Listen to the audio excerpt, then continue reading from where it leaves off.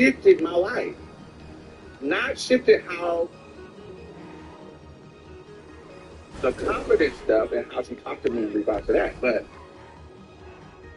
you know, she wasn't in my life, like, doing anything. She was kind of, my mom, her abuse, what her addiction did was made her neglect her children. It didn't make her abuse her children. It made her neglect her children. So, our housing was unstable. Our food sources was unstable.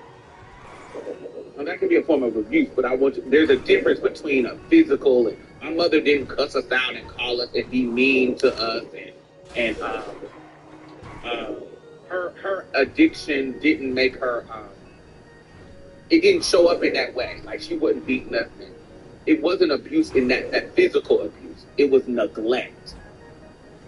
So, imagine the timeline. When I get to 10, 11, and now I'm about to get into my 12-year-old 13 bag, I'm going into a group home because of my mom's addiction. So I don't have somebody that is saying, no, you cannot be a girl.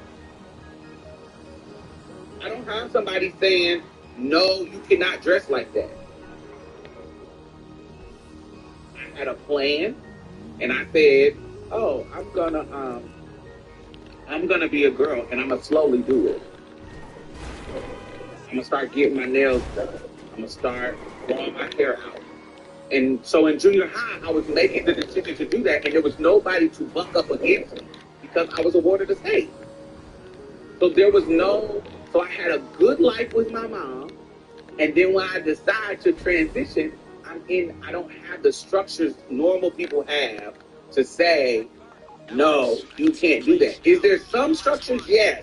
But as far as the home, the like in the house with your parents, I was not that. I had staff members taking care of me, and they were on rotation, 8-hour shifts, 12-hour shifts, 16-hour shifts. I don't give a fuck about these people and their opinion about me. So me putting on makeup and wearing wigs and wearing girl clothes, they can't kick me out because I'm a ward of the state. The rule is I'm a ward of the state, so you can't kick me out. And I'm not in here. I'm not in prison. You feel what I'm saying?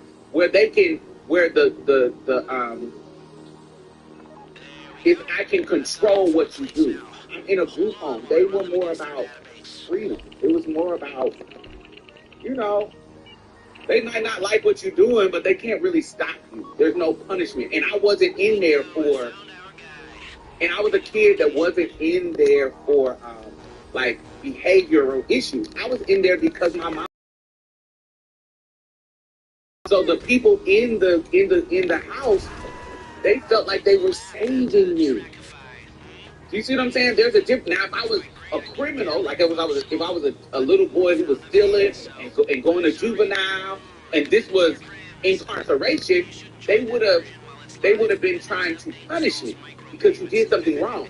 I was not that. I was a child who was neglected by their parents. So me coming into the system, the default is they're trying to care for me and take care of me. Did they fail sometimes? Sure. But I want you to get the mindset of how they're coming at me. They're not coming at me to punish me like I'm a criminal. So there's a certain level of freedom in that. So I didn't have a bad boyhood.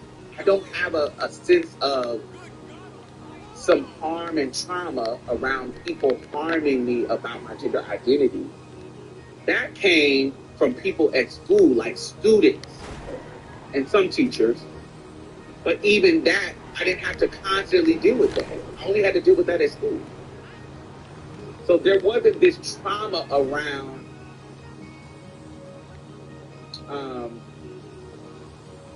me missing out on a girlhood.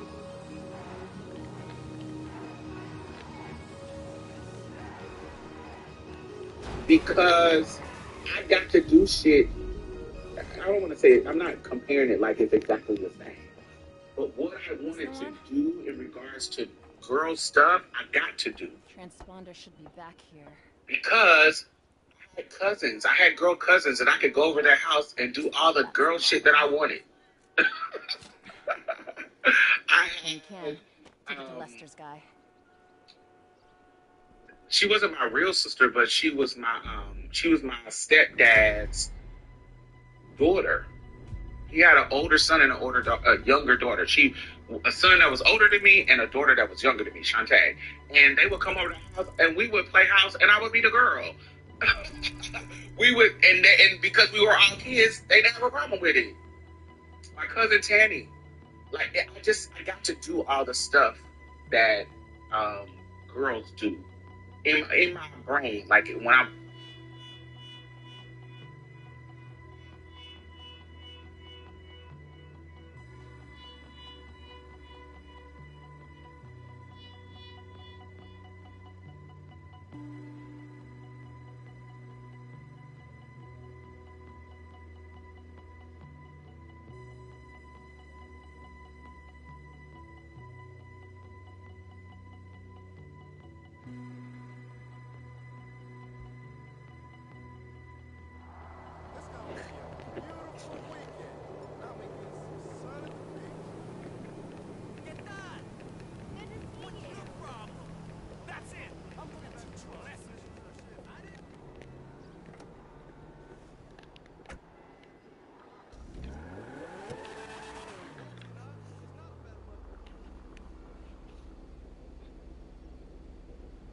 young, I didn't feel like I missed out on a girlhood. It didn't feel like I was missing out. It felt like I got to do it. I got to do all the stuff. Play with the Barbies. Play with the da-da-da-da. Not my mother didn't pay me girl shit. You see what I'm saying? But I could go to my cousin's house. I didn't have to sit at home.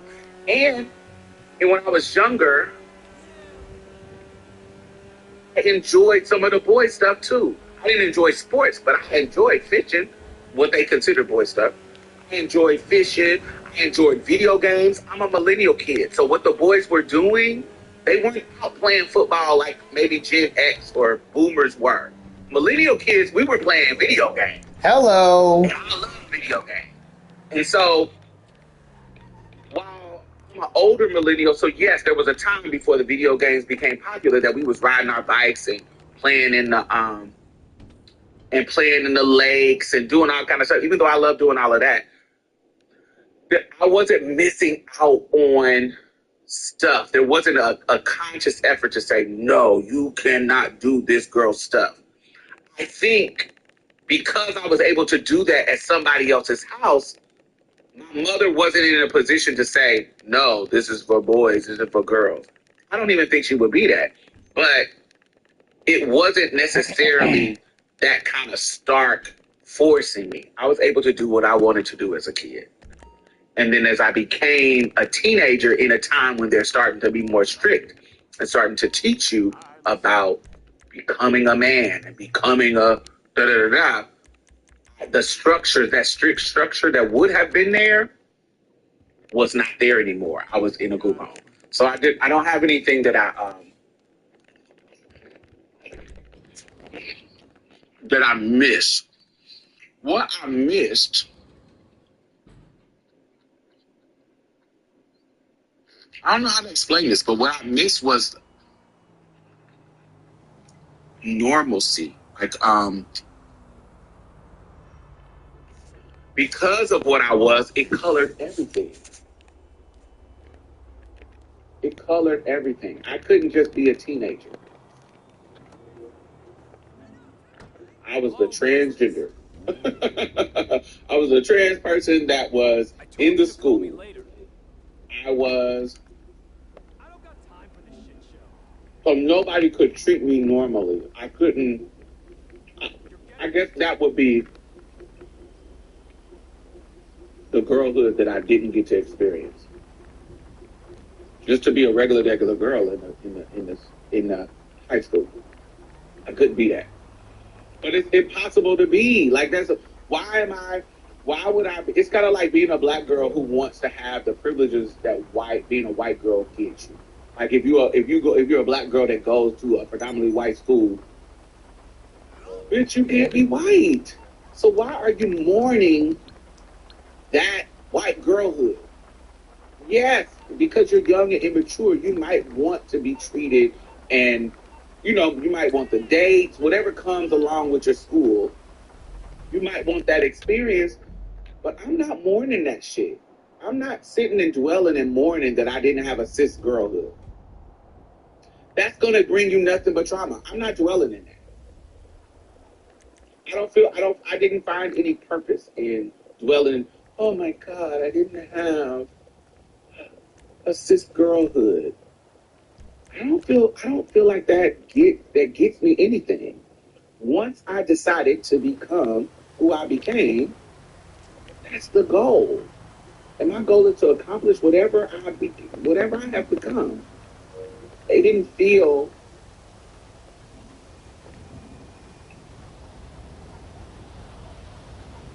I was too busy creating my life to be mourning about what life I didn't have, if that makes sense.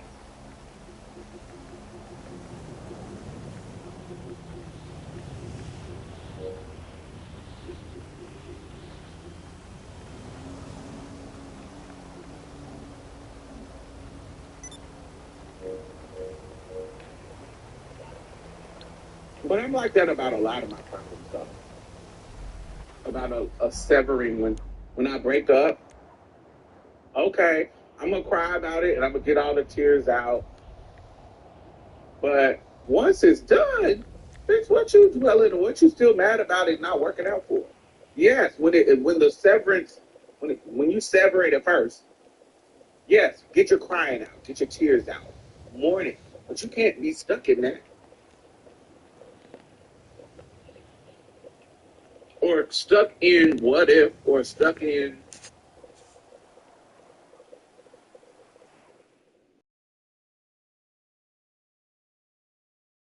if I'm constantly thinking about, oh, what if she didn't get off it didn't get in drugs? What an amazing mother you would have been if you didn't get in drugs. Oh my God, what if you didn't get in your addiction? She did, though. She did. Why am I thinking about what if? She did. So how are we going to handle the reality? Yes, that needs to be fleeting.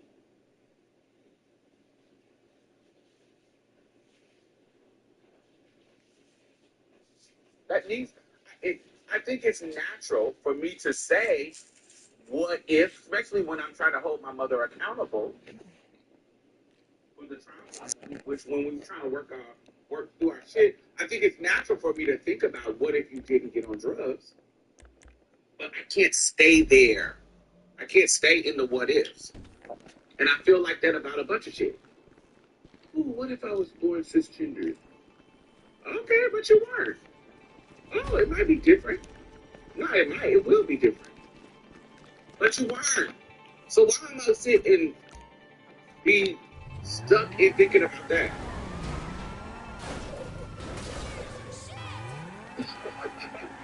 What if I wouldn't have got fired from that amazing job in my 20s? What if I wouldn't have, what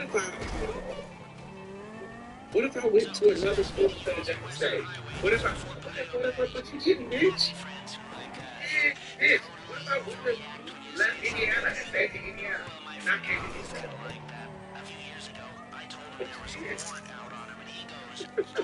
What's the point in focusing on the what if? I just don't see the point in it.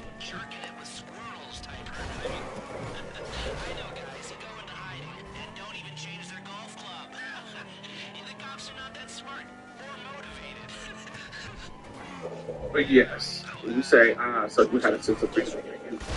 Yeah, I wouldn't say like I was totally free, but I was free from the people who I actually cared about. I was free from their. I'm the type of person that I do not give a fuck about somebody that I don't give a fuck about. Like, I cared about my mother's opinion of me. I didn't care about people at school. I don't give a fuck about you. I care about my mom. You can think I'm all the faggots. You can think I'm all the. You not a girl. You can think all I want. Whatever. You can think whatever you want. If I don't care about your damn opinion, I do not care. And that's how I was with the house staff at the group home. I don't care about these people. I don't know them. So whatever opinion they had about my transition, I don't care. And I'm not in the house with my mama, who I actually do care about. I do feel like if my mama didn't get on drugs, my transition wouldn't have happened until later. Because I cared about shaming my mother.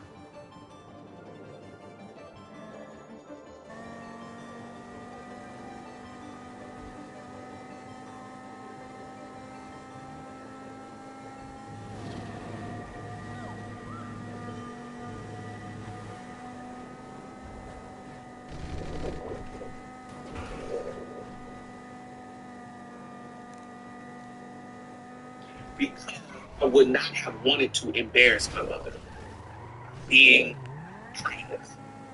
If she stayed a good mother, the blessing of her being neglectful is it kind of set me free from the shame of trying to impress her or letting her down.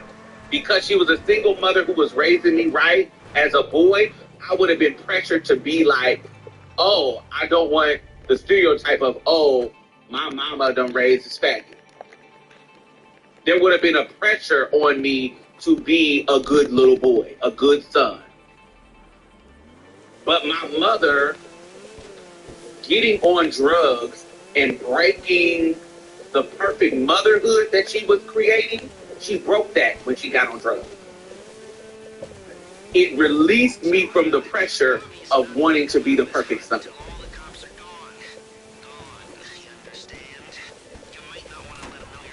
Because she was no longer the perfect mother.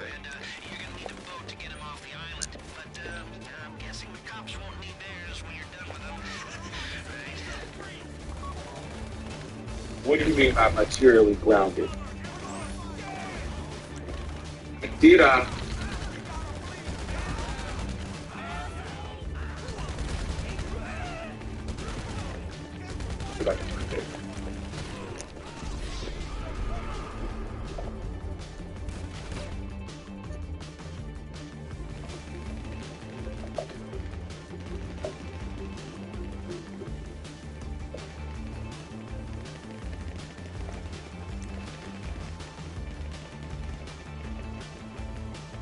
I did an article when Toni Morrison died.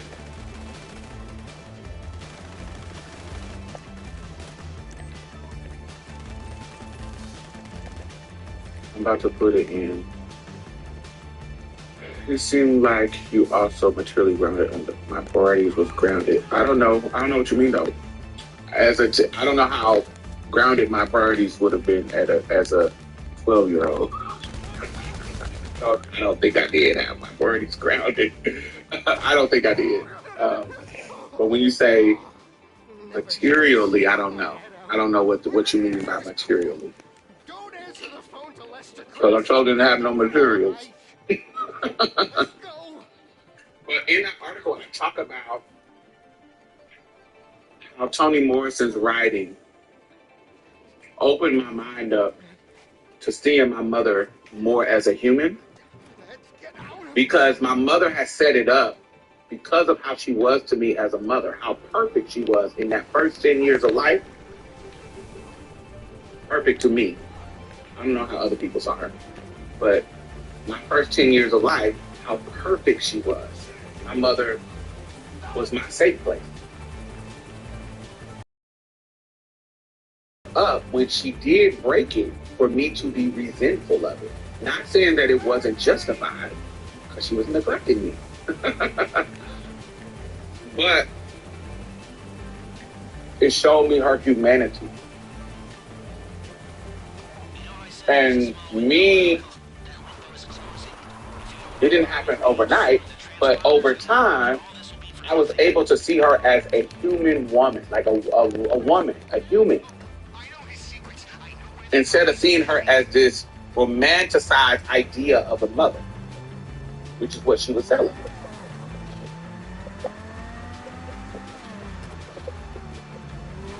Which allowed me to also be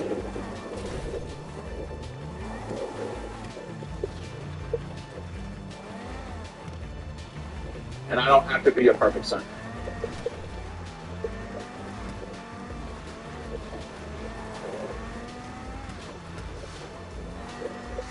You said you were distracted by things at school, certain things at school,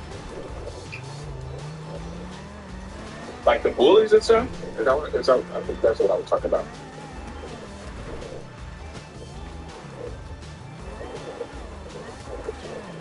You were distracted by things at school. Yeah, it was at school that the bullies were happening and the teachers and stuff like that. Yeah, it was. I wouldn't say distracted. It's just that that's where the problem was. It wasn't at home. Like it wasn't at home with. Oh, you weren't distracted by things at school. Weren't. Mm. Yeah, I guess no. Well, yeah, but I think that was a combination of things, though. I think that was a. I was undiagnosed ADHD. I was dealing with the neglect. I was dealing with the shift in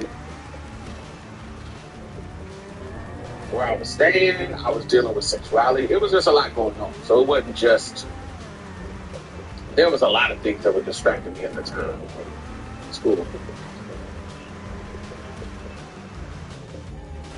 But I was later focused on what my identity was going to be.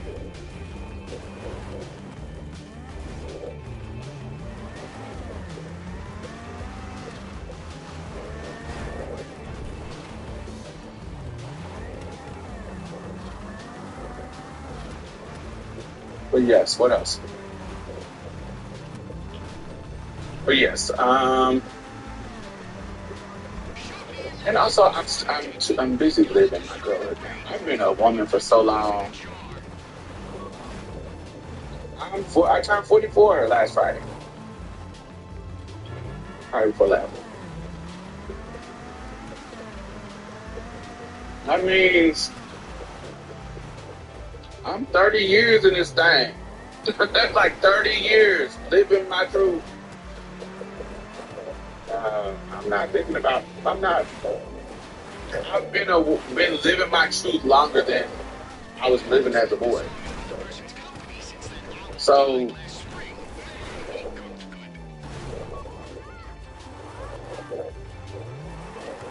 and I'm not trying to separate myself from transness. So my boyhood informed my womanhood, and that's okay to me. So there's no reason for me to dwell on a girlhood.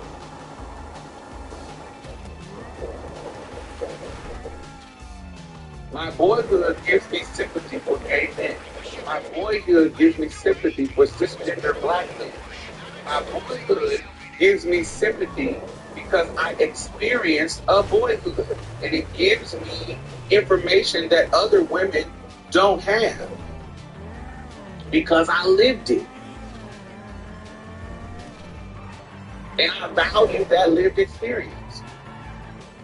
And I don't feel that lived experience undermines my womanhood. It enriches it. It gives it a different color. It don't make it less valuable. I don't think it's exactly the same. But I don't think it's less valuable.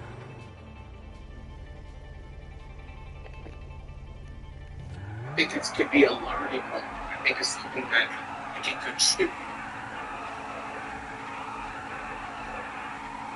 Yeah, because I'm not separating my transness from my womanhood in that way. Transness doesn't seem like a stain on my womanhood for me. Are you a cop? I'm not a cop. I'm My helping boyhood rescue. doesn't Has he feel done like it? a What? Has he stain done it? on my past for me. It informed it. It's just a different color. I don't have the Pacific Standard Frequency here. I don't have my tools. Ain't that convenient? Yeah, I've got that's some how I think tools. about it. Come on. Let's go meet you back at your place. And don't worry, the transponder will be ready for All the right. job. Anybody else ask some questions? Marissa says, I was stealth all through my 20s, and there's always going to be something that reminds you you're not a regular girl. Mm-hmm. And you have to get to the point to where that doesn't matter.